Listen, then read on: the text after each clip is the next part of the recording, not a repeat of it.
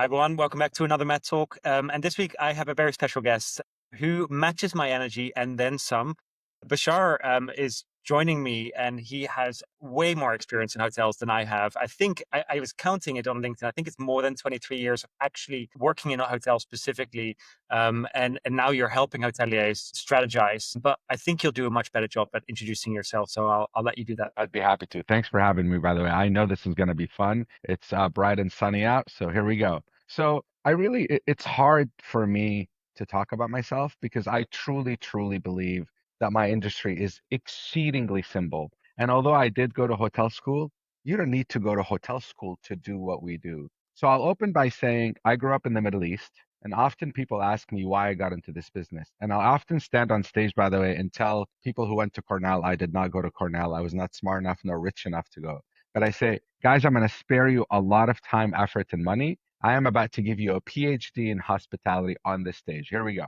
So the quote we have where I grew up goes, when a stranger shows up at your door, feed him for 3 days before you ask him who he is, where he's from, or where he's going to.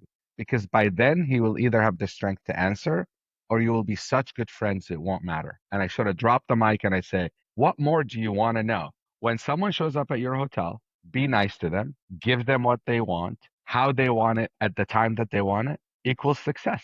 End of story. And people get so caught up into what we do, and it's become more scientific. And frankly, and no plug to you, I'm not getting paid to plug you, but thanks to you guys and what you do, you've sort of taken care of all the other science like stuff. So we don't need to because we're now allowed to spend our time and energy focusing on the emotional part of what we do, which in my opinion is 95% of what we do is that emotional part. So I tell people I'm a hotel guy. I went to school for it. I worked from the ground up, literally cleaning toilets, making beds, frying eggs, like doing it for work, not just in a management training program showing up for a day. And I've negotiated $500 million deals against big lenders. So I love the fact that the street education, the hands-on education has given me such a broad spectrum because I believe to be a truly good leader, if I show up to you and say you're making the bed wrong, I don't want to tell you you're making the bed wrong. You've been doing it for 20 years because I studied it somewhere.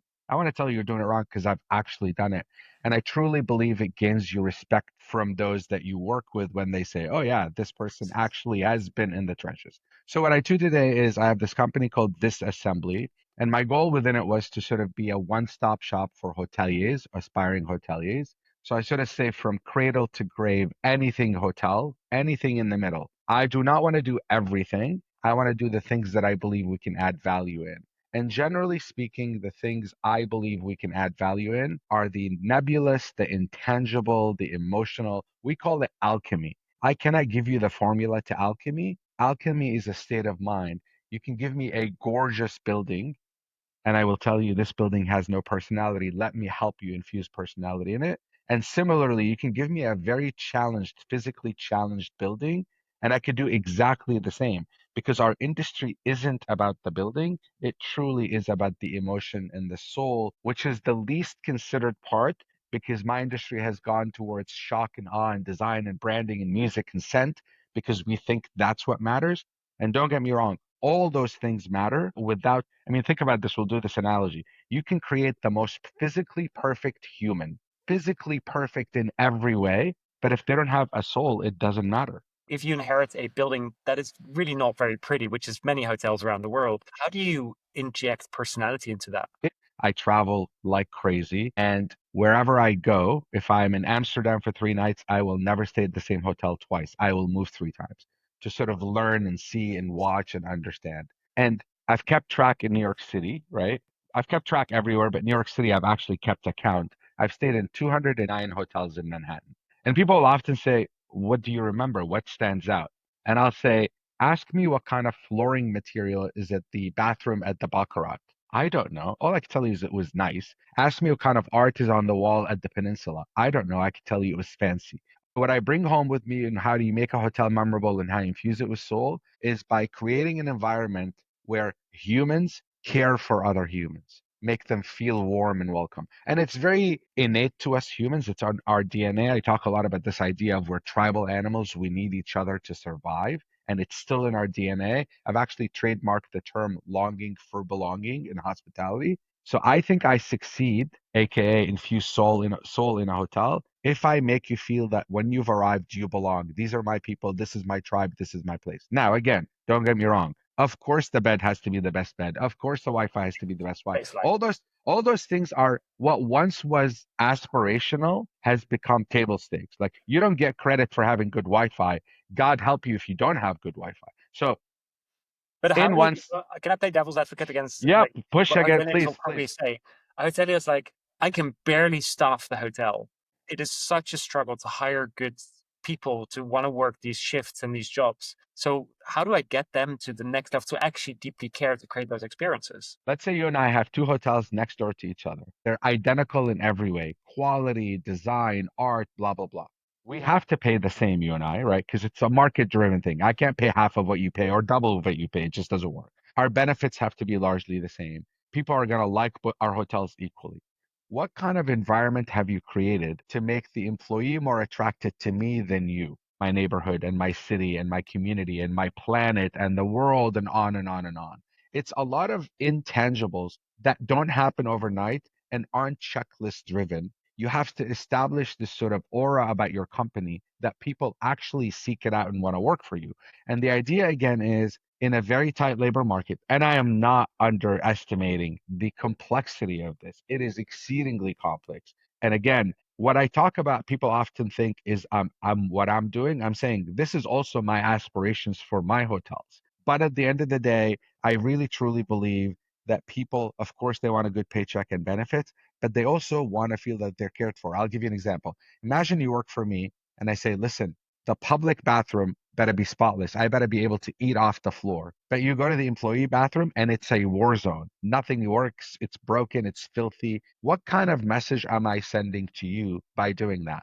Not to give Marriott any credit, but I will for a minute. One of my favorite quotes in the industry from Marriott, original Marriott, goes, take care of your people who will take care of your guests who will in turn take care of you. So it really is that simple. But we live in a world that's super transactional and we've come to accept the transactional nature, even with a guest and now with an employee. I think the way I attract you and keep you and make you motivated to work harder and stay is by saying you matter. You individually matter to me. I care about your life and your kids and your hopes and your dreams. Very hard to do. But we've also, in the United States at least, come to think of HR as lawsuit prevention teams, when in fact that is the last job they should be doing. Their job is to take care of the employees, which de facto prevents lawsuits. I love that. So out of those 200, 250 hotels in New York you've visited, 59 to date, yeah. what is your favorite one and what makes it so unique? Again, and we'll touch on too. So when generically someone who asks what's my favorite, I really love Crosby Street Hotel. I'm sure everyone knows it. It's been around forever. It's part of Ferndale Hotels, the British company. Kit Kemp does impeccable work. You may disagree with her style and sense of design, but their work is impeccable. So that's my favorite hotel. What hotel stands out the most? I'll tell you the story that I tell often. The Refinery Hotel in the Garment District, run by Highgate. I go up to the rooftop, I walk up to the bartender, and I ask for a Fernet Branca. And usually bartenders give you street cred when you order Fernet because it's like an insider's kind of thing. Got it. Guy disappears, like 5 minutes goes by. I can't see him and there's no drink. Like, where is this dude? 10 minutes goes by. I see him running through the bar with a bottle. I say, hey, what's happened? Do you have to go to the storeroom to go on? He said, no, we were out. So I ran down the street to buy one. Literally, that's as simple as it is. Because what that guy is telling me, if you agree with Maslow's hierarchy of need, right? At the very bottom of Maslow's hierarchy of need, for those who don't know, the scientist who studied humans and what we need, and sort of our needs to survive. At the very bottom are physiological needs. We need oxygen, we need water, we need food, we need shelter. Hotels are at the very bottom of Maslow's hierarchy of need. We provide shelter. At the very top of that pyramid, when we have arrived and we are thriving now as humans, we don't need all that stuff. That's table stakes, like we said, the Wi-Fi and all of that. You have to have it to be in business.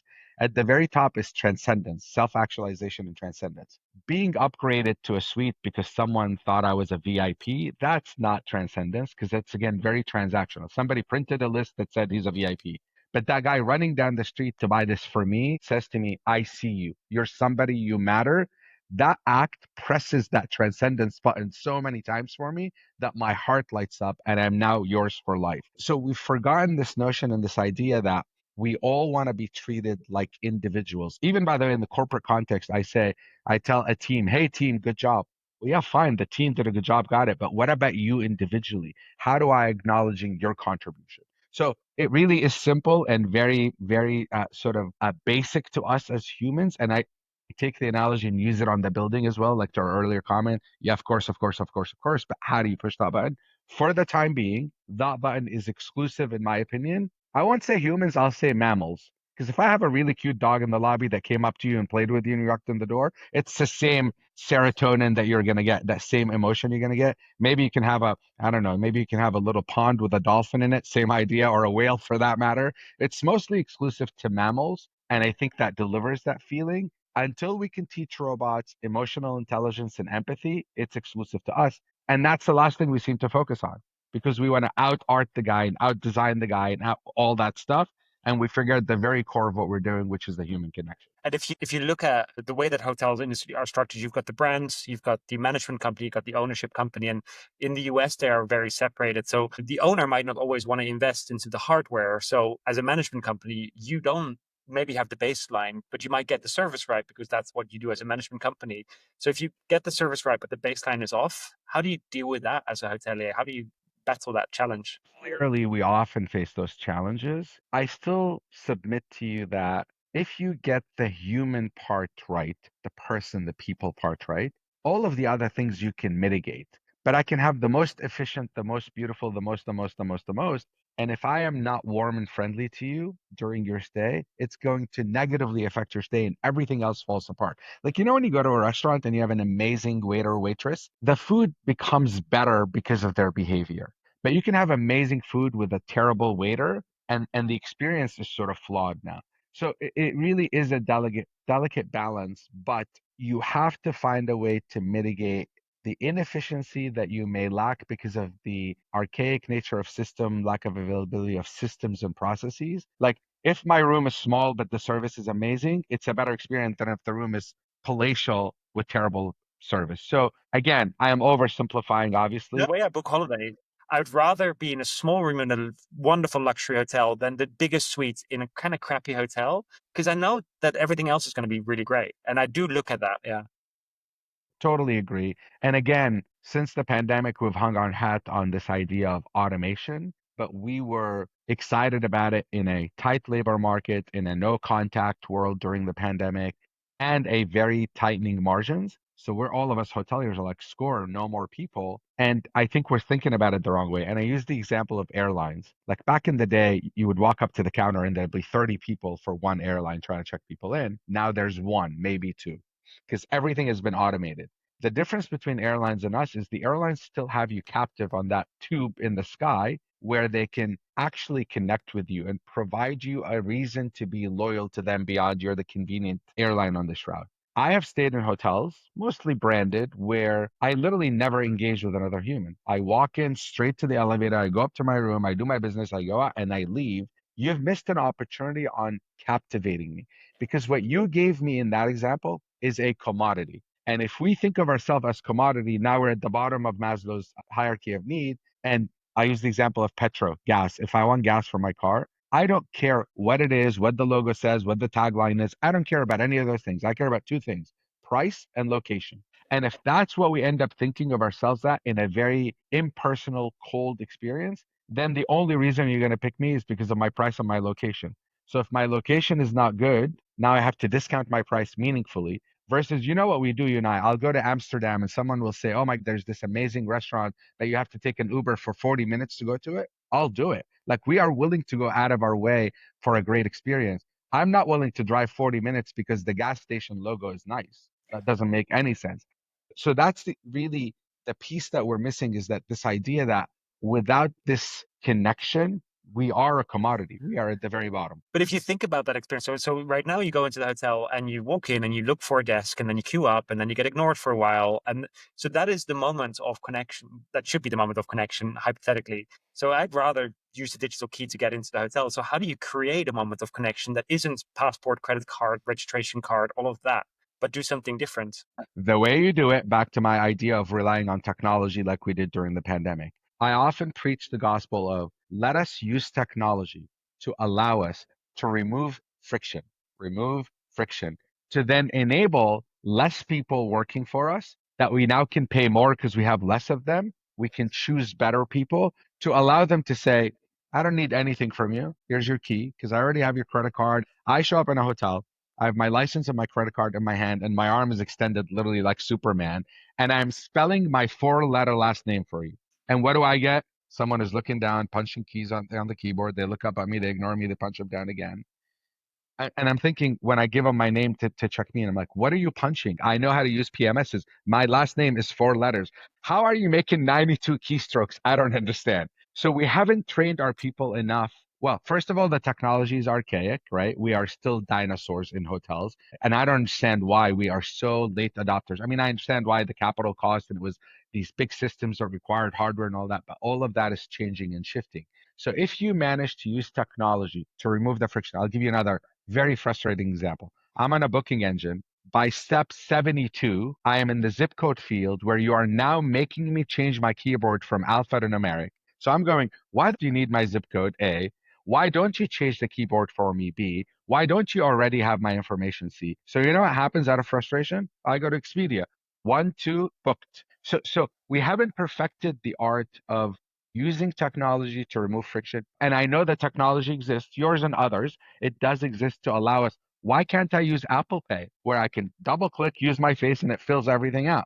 And that's our problem is our reliance on technology has been based on the wrong reasons rather than the right reasons. We did it out of necessity during the pandemic, then greed to some extent. And now we're thinking, hey, we can eliminate all humans. Terrible idea, in my opinion. I think there's a beautiful balance where the technology disappears in the background and allows us the opportunity to now surprise and delight you. I hate that term. We use it a lot in hospitality. You know why I want to do that? Most importantly, loyalty. We use the term loyalty so falsely in our industry. There is no loyalty, there is bribery. You come stay in Yes, I my like to say hotel. that because that stuck with me so well last time you said this. Right. I give you points. Think about this for a minute. If I said no more points, are you coming back? If the answer is no, that's not loyalty. I don't want to bribe my spouse in coming home every day by paying her to come home. What a terrible way to do it, right? So fundamentally, this idea of loyalty is so misconceived because we've used a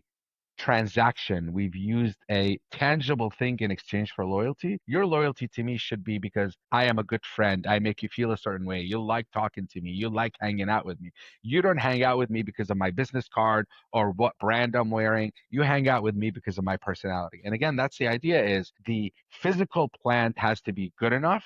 That's not what builds loyalty. It really is the personality and Are how you you make saying someone feel. that those traditional loyalty programs, your points, your status, like your upgrades, it has no place in the future, or it does? It absolutely has a place. And let's talk about it for a minute. You work for an elevator company. You're a road warrior. You make 70,000 US a year. The only way you can take your family on vacation is to suffer, go out of your way, stay at a lesser experience, further away for the points. Good for you. I do not shame you. I do not call you out for it. That is how you are able to take your family on vacation. Although I would argue now, are you costing your company more money by going to a more expensive place for the points? Are you suffering yourself and being unproductive because you're having to go out of your way or stay in something less attractive for your soul also for that? And if that's the case and I'm your company, you're paying for the points. Like when you stay in a hotel, the hotel owner is paying for the points. So if everyone who stays in my hotel says, I will pay you more money or less money, I don't want the points. So then my company can pay for my vacation or give me a raise. I bet you everybody would do it.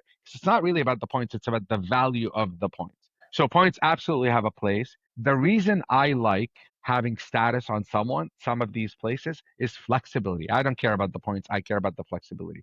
The Peninsula Hotel in Beverly Hills is one of the most highly regarded service hotels in the US. It's really not that grand. Sure, it's a peninsula, but it's older. But they surveyed everyone who stays there and they said, why do you keep coming back? There's no points at the peninsula. And 70% of the correspondents said because there's no check in and no checkout time. We are so stuck in our, like, who decided check in is at noon or at 3 or at 4, whatever it may be, and checkout is 11? If you have the room, check in is whenever you show up. We will do our very best to accommodate you. And if we are unable to, because we love and care for you, we will say, you know what, I'm so sorry. There isn't a room ready yet. I know you just came off the red eye into Europe. We have a spa. There's some locker rooms. Here's a key. Go to the locker room, change. We'll store your bag. Here's a coffee on the house. That's what builds loyalty, right? So fundamentally, I think the idea of loyalty, we keep thinking about it the wrong way.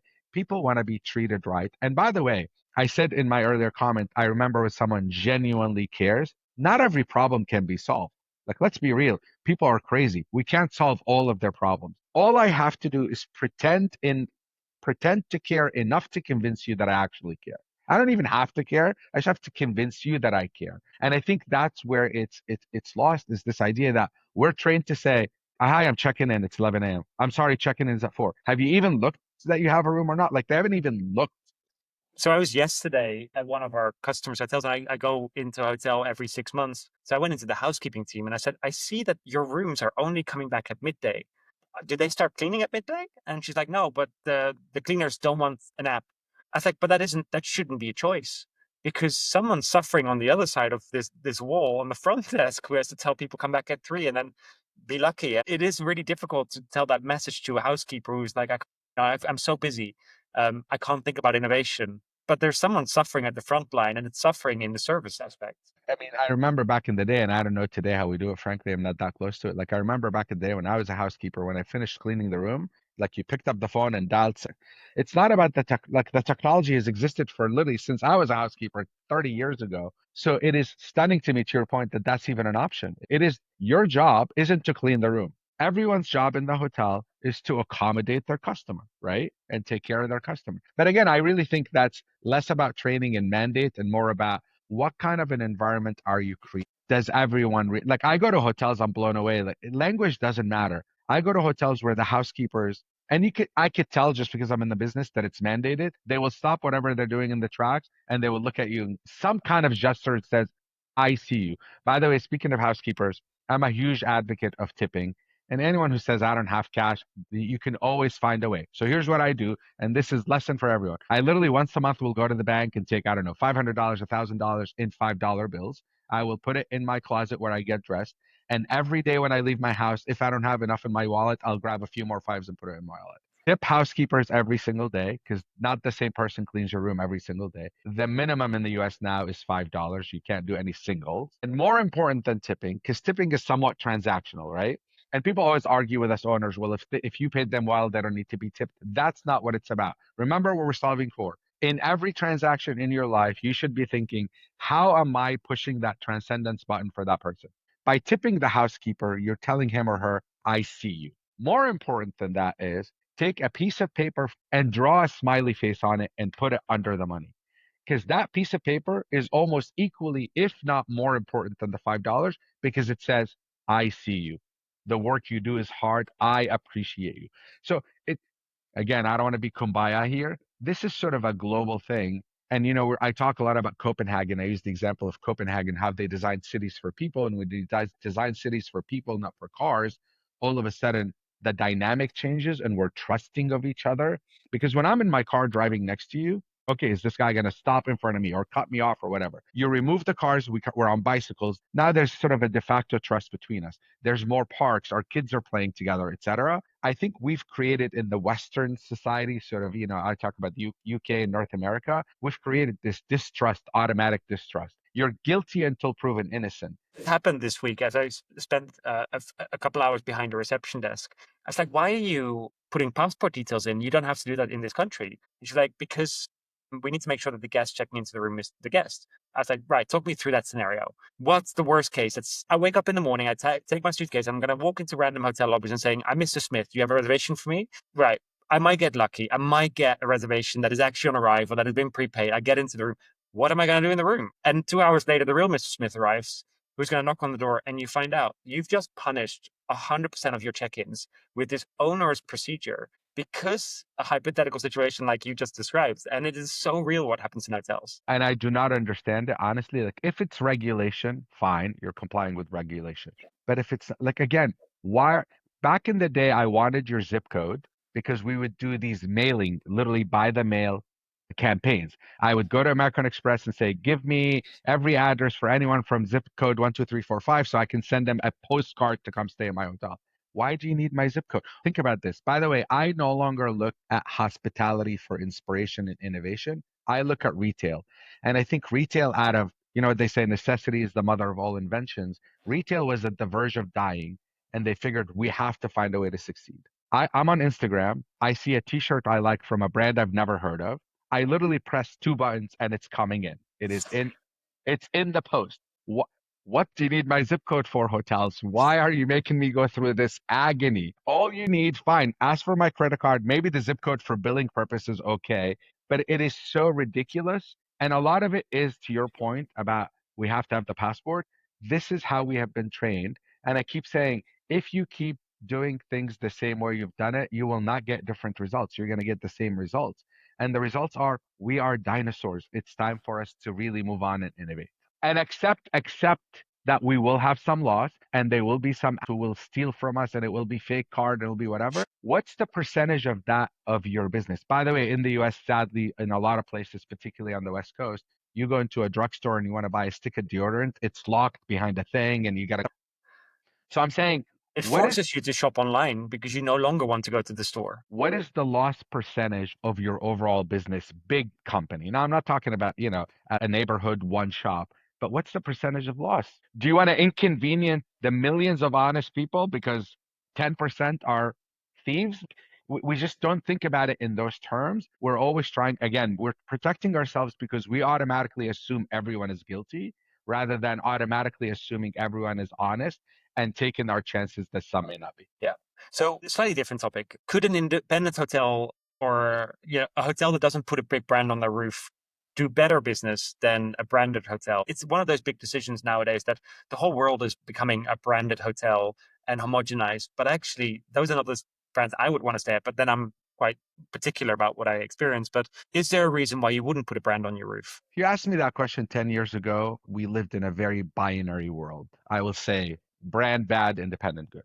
The reality is we no longer live in a binary world and everything has a place. So yes, there are hotels that need a brand. And the reason they need a brand is if I were doing a 500-room hotel in suburban Boise, Idaho, I need a brand because I need the machine to help me fill those rooms. I need the points for those who come to that location and pay the points. I just posted on LinkedIn yesterday, maybe, this idea that, and forget the term we use, boutique, lifestyle, whatever, independent. That's the term I'll use. Non-branded, non-branded. Because, by the way, a Hampton Inn says they're a lifestyle hotel now, and they have galleries in the lobby, and they have artisanal coffee in the lobby. Everything has been so ubiquitized, democratized, and honestly has become what once was something you bragged about has become a table stake. You better have artisanal coffee. I don't want to drink wrap coffee. Independent hotels, in my opinion, can get far more rate than a branded hotel. And here's how I'll explain it to you. So I'm going to Amsterdam, and you tell me, hey, I want you to stay at this Marriott in Amsterdam.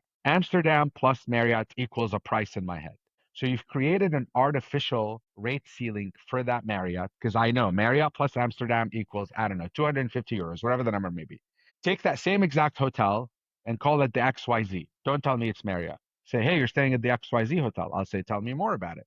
You'll say it's got art and blah, blah, blah, and high guest reviews and all of that. And I'll say, fantastic. What's the rate? Sounds really interesting. And you'll say 800 euros. I'll say, okay, I'll give it a shot. So you've removed that rate ceiling. Now, back to the non-binary world. Well, now Marriott caught on to that idea and they're like, wait a minute, they're eating our lunch. Hilton, IHG, all of them, choosing the biggest one as the example. Let's do soft brands because then you remove that rate ceiling.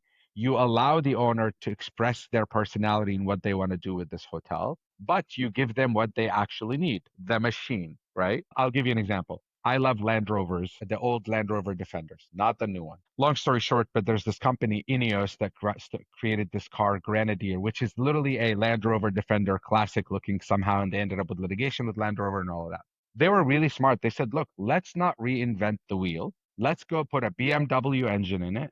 Let's put a whatever transmission in it. Our focus was on the outside. And that's how I think of soft branded hotels. If I want to create a new computer, I'm not going to go invent a chip because people, A, won't trust my chip because it's brand new. And B, it would take me so much time and effort and I can't keep up with Intel. So I'm going to go to Intel and say, I want to buy your chip. I want to create the most beautiful, unique shape, custom laptop, but I'm going to use your chip. And you know what most manufacturers do? They put the Intel Inside sticker on their computer because that is a assurance of quality and performance for the consumer because they built their name. And that's really the soft brand. It should be the Intel Inside. It's not about anything else, but you don't need to reinvent the GDS and the reservation system and the points and all of that. We've got all that for you. You go be you.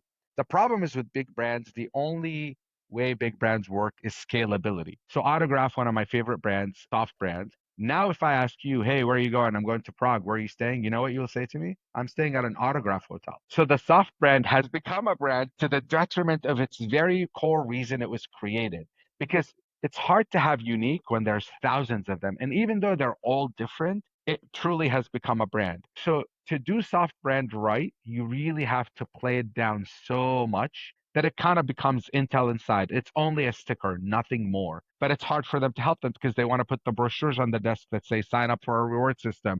And they want to welcome you on the screen in the room with a big Marriott thing and sell you Westin and Marriott and other hotels. So there is a world where they both exist. I just think it was well conceived, but I think it's lost its way, the soft brands. The short answer is for those who seek truly unique experiences, independents are always going to be a better bet because they don't have a box. They don't have, a box to color within. They can color anywhere they want. If you want the points and if you're not sure and don't want to do the homework about reliability, you have the reliability of execution if you don't want to do the research from the brands. So the answer is yes to both. It depends. Personally, obviously, I'm very partial to independence, unique independence. But there's again, it takes all kinds to make the world go around. There's not a right or wrong answer. The only comment on that to close is I don't know who, at any level of the socioeconomic scale, I don't care if you make 50 grand a year, I don't know any human who says, when I travel, I really want to stay at a boring beige hotel. And by the way, it's all relative. Like if you're used to be a McDonald's eater and now you make more money, you might become a Chipotle eater, right? So it's all relative. I'm not talking about jumping from here to here. But what I'm referring to here is, do you know anyone who says, I want to go stay at the Sheraton in New York? Like, so what is the future of those legacy brands, hard legacy brands? I don't know. I think the future is grim, yet I see the brands continue to push and want to grow them. I think the future for big brands is soft brands. It is not big brands. 100% agree with you. So, AI, is it as transformational as people talk about to our industry? Or it's just going to be a light touch thing, but because humans make up hospitality, it will never change hospitality? AI is unequivocally transformational. I often look at hotel heroes I've had as mentors on my journey, and I call them now the double-breasted shiny suit guys, who, when the internet came around, said, "Oh, that internet thing is a fad, it'll go away." It is absolutely just like the internet was transformational. I think AI, it's that, by the way, our industry since its inception, in my opinion, has been disrupted twice only since the beginning of time. The internet, which disrupted our entire lives in every way, and Airbnb. I think AI will be the third disruptor to our industry. Now, until such time, and I am a techie and early adopter, until such time, not saying never, that I can put a pair of goggles on, lie in my bed, and literally feel the sand between my toes and get splashed on my face with the ocean and have a conversation with you as if you were sitting across the cafe with me in Amsterdam.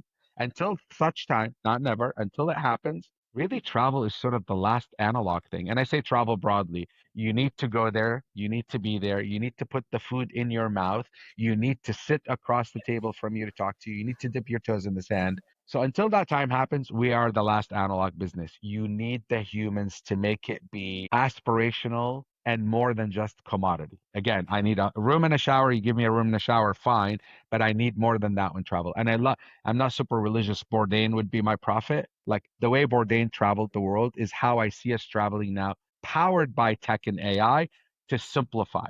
Let me give you an example. I'm a neurotic traveler, just like with hotels, I am with countries. So I am planning a trip I want to go to Turkey, Malta, Cyprus, Armenia, Georgia, and Azerbaijan and Denmark on one trip. And I did this last March. For me to figure out how to do it logically based on available flights and nonstop and timing and all of that would have taken me an eternity. And even an experienced travel agent, because I'm the neurotic type, they don't get a lot of me. Now I can go to AI and say, here are the parameters. Help me rank those places in order of how to do it and show me the available flights. Like that would have taken me days and weeks. It took me 5 minutes.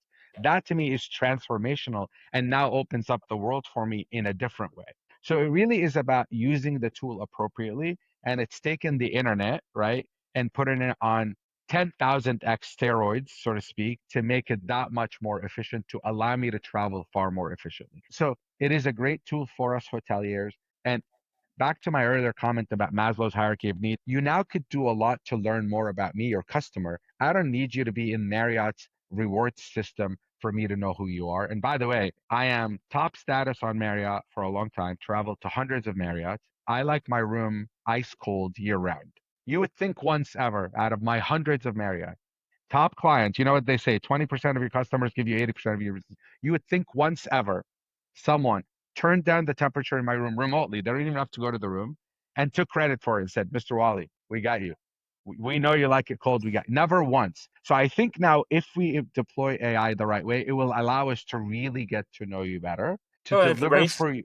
the baseline basically to a new baseline, but it doesn't replace the humans. Yeah.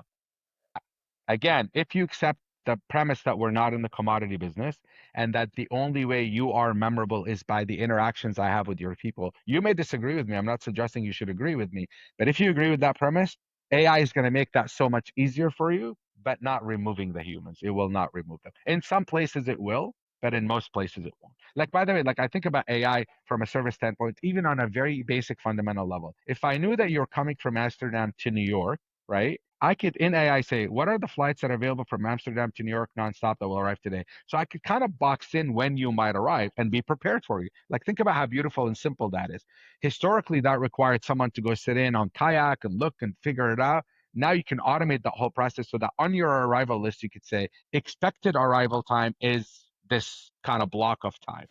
It literally is that simple. And now all of a sudden, if AI can help me prioritize assigning the rooms that are available clean based on that, think about the magic that creates. A very, very simple archaic task that can be automated to allow you to do it. I want to say so much, but my product team will literally murder me if I if I What say. you're working on, I know. Like there's this thing that I got shown this week, and I was like, "Oh, we've been trying to solve this in hotels for such a long time, but I share too much on the internet before it's actually finished, and they've Yeah. told me to not do that, so I'm gonna just keep that By the there." way, speaking of that, I actually have a question for you. I was talking to a friend yesterday, and again, I'm not close enough to it. I haven't had a chance to talk to my people yet.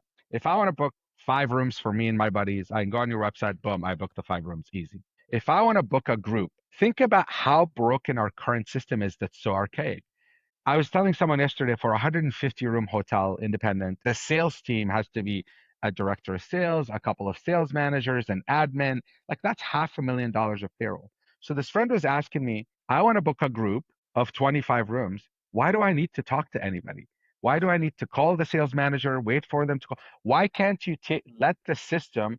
And I know we have pricing and we don't want group cheap rate displacing transient high rate, but all that can be automated today. So I can go fill out a form that says 25 rooms on this date. Here's how much meeting space I want. Here's the package I want for food A, B, or C, and be able to book it right there and then. Now, in that case, eliminating the need for transactional humans and saving the human so that when I come with my group, they all come out and they say, hug, right? Welcome. So good to see you. We figured out that your group is interested with this. We added this on you on us just for you because you're in the blah blah blah business, et cetera, et cetera. So I don't know the answer to that. Is that a capability available today? Group But bookings. it's why last year we did two acquisitions. We bought an event management system and we bought a revenue management system. And because we'd open up our APIs to allow for a lot of these things, but people don't build to it because they're like, yeah, but I'm integrating to you and 100 other PMSs. So I'm going to do the baseline. And we had to bring it into the family so we can control the roadmap of what we're doing. And the revenue management system should sit at the heart of the PMS so that we can build all the use cases that we think are the valid ones. So a thing we had to do a few years ago, which hurt me so much on our booking engine, we had to put a limit saying you cannot book more than 10 rooms on the booking engine just because hotels had decided that 10 is a group, 11 is a group, Why? but 9 is not. Yeah. And we had to build it because we would lose a deal on it. And I saw that setting in the system the other day, and I thought this is so stupid. The technology is so smart, but it's because of the way that we've grown up to say 10 is a group, 9 is not. that So we get. again, we're dinosaurs. We are dinosaurs. Yeah, That's how we've and done it for a we're hundred getting years. there. Like what we've bought last year, we're now deeply embedding it into the system, and all of the things you talk about, that's the stuff that excites me because I've felt the pain. The other thing that I'm excited about vis-a-vis AI and the integration is dynamic pricing, which is from a capitalist standpoint is really exciting to me. But I think it's also accretive to the consumer. And for those who don't understand where the future is, if my wife and I don't have a lot of money. We want to go to the fancy, expensive restaurant, but we're willing to go on Monday and sit next to the bathroom at 5 p.m. The prices we see will be different because that seat is least attractive on a Monday night at 5 p.m. That's the power of dynamic pricing. If you and your wife want to sit by the window at 7 p.m. on Saturday, you are going to pay more for everything, for water, for drinks, for food, and you accept that fact because that's the price you see. So the power of dynamic pricing, airlines have been brilliant at it for 100 years. We haven't figured that out. Like I'll sit next to you on a plane going the same route, same class, and I'll say, how much did you pay? And you'll say $100, and you'll ask me, and I'll say, I paid $800. And they managed to get away with it. So I truly feel that there's a way for us owners to optimize our offerings across the spectrum from the can of, like, by the way, the coffee I buy from the coffee shop should be a different price between 7 a.m. and 10 a.m. than it is between 3 p.m. and 5 p.m. It just makes sense. It should be cheaper because there's less demand for it. And everyone is happy that way. So if I can't afford that latte, because I'm not that guy, I'll wait till 3 p.m. to go get my latte. Yeah. Like everyone is happy. So I truly believe that the dynamic pricing power, my biggest excitement about I believe the future of luxury is ultra customization. Forget what mint you like on the pillow. It's truly the temperature in your room, the art on the wall, the time you check in, all those things that will make you a loyal customer to that hotel. That's number one excitement about AI. Number two is the power and possibility of dynamic pricing. One of the things we've invested heavily in is like, how do we identify the guests at every touch point when there is a way to identify them? And only once you're able to do that, you can build on top of it. And it's why we acquired a point of sale a few years ago, so that the moment you get to the restaurant, the PMS can tell that restaurant saying, lactose intolerant. But all the stuff that we have, we need to just feed across the systems. But it is so hard to get this right end to end. The underlying technology, it's the thing that frustrates me the most, how slow development is, how deliberate you have to build it, because you build a one size fits all solution for the world, and it will never be as fast as I want it to be. Like when I walk in the elevator with my phone, you should know who I am, and my light should light up automatically. Forget me pressing it or putting my card to it. Like I think that's the current technology getting easier and cheaper and easier and cheaper. But a lot of that stuff exists today. We just have to decide how much we want. And to me, that's removing friction. Like, why are you asking me to take my key out of my pocket, put it on the thing, and do 17 ballet movement to get it to work? You should do that work for me. By the way, this is an example. I have a routine when I check into a hotel, right? AI should easily be able to tell you what that routine is. I walk into the room, the lights are where I like them, the temperature is where I like it, the television is on the right channel, or the music's on the right thing. That's going to make me feel that I now belong. I found my people who care for me. Now, at some point, that becomes commodity, right? Like we get accustomed to it and it becomes the norm. But until then, if you want to excel and grab people at very little cost, arguably, a lot of those technologies exist today. You know, we talk about the hotel of tomorrow where I walk down the hallway and the scent I smell is the scent I like, and the art changes to my liking, and the lighting and all of that. Sure, that's interesting, and it should come. But to me, it's the conveniences. Like, why should I flip the light switch on? Why should I turn the TV on? You can do all of that for me. The minute you hit check in, all those things could be pre-programmed to actually fire up. And I assume, and correct me if I'm wrong, the technology exists today Oh to yeah, allow but me to do so. it's a discussions. The owner wants to invest into the hardware, and that's an OPEX question, which is a much harder question to answer. And you invest once per 10 years. Most hotels By the don't. way, the Equinox Hotel in New York City figured it out better than anyone that the fundamental business we're in is nothing more and nothing less than sleep. And we've truly forgotten that. If you don't have a good night's sleep, forget the human interaction, forget the art and the design and the scent. If you do not have a good night's sleep, your day is ruined, right? I go to fancy hotels, I lie in bed. The smoke detector is flashing a light in my eye. The window coverings aren't completely blackout. The TV has a light on it. The thermostat has a light on it. It's loud. And this is low tech, by the way. So Equinox figured it out. They have a light next to the bed that says something sleep tight or something. You press the button, the shades go down automatically, 100% blackout. All the lights turn off. The temperature drops down to 67 Fahrenheit, the scientifically proven temperature for ideal sleep.